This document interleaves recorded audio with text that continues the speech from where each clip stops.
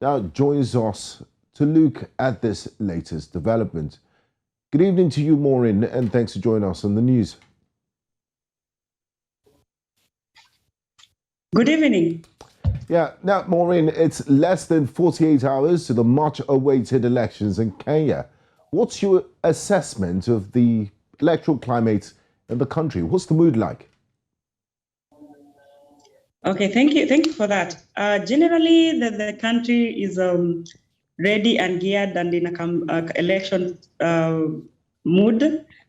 And ideally, what is happening around is that people are prepared to vote. Kenyans are prepared to vote. And there's been a lot of preparations around that whole process, because the election, as we know, it's a process, is not a one-day thing. Yes. It started some time ago, and now we are getting to the climax of it. So what is happening is that different parties have been campaigning, and the end of campaign was yesterday. So voters have been prepared enough just to be ready to vote.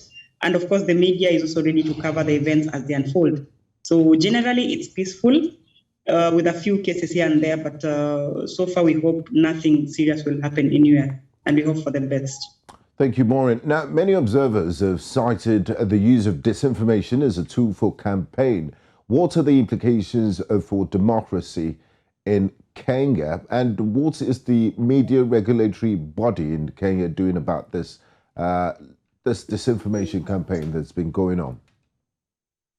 Disinformation is a very, very critical area that has really caught the Kenyan media and put it on its go every time. So what is happening currently is that there's been a lot of disinformation, critically because these politicians use bloggers just to pass wrong information, and at times the media picks that up.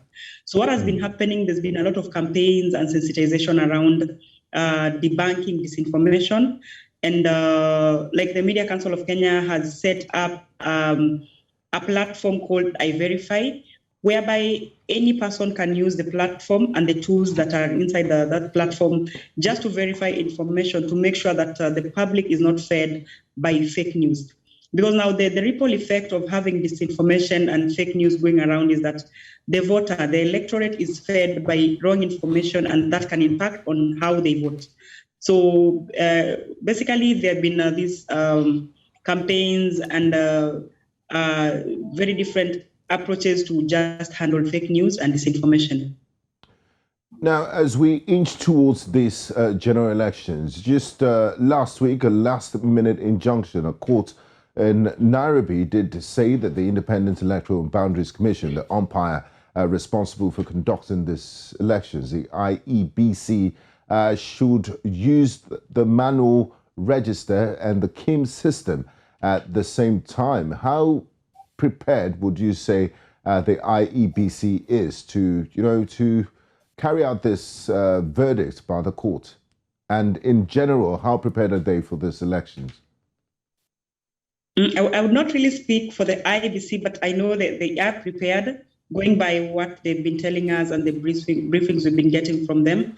And I know, apart from the digital way of doing the voter tallying and the registration and the voting system, everything could be okay, because there's also that manual one. So for them, they are ready for any hiccups that will come along. And of course, let me just mention about the digital aspect of the voting and the election process.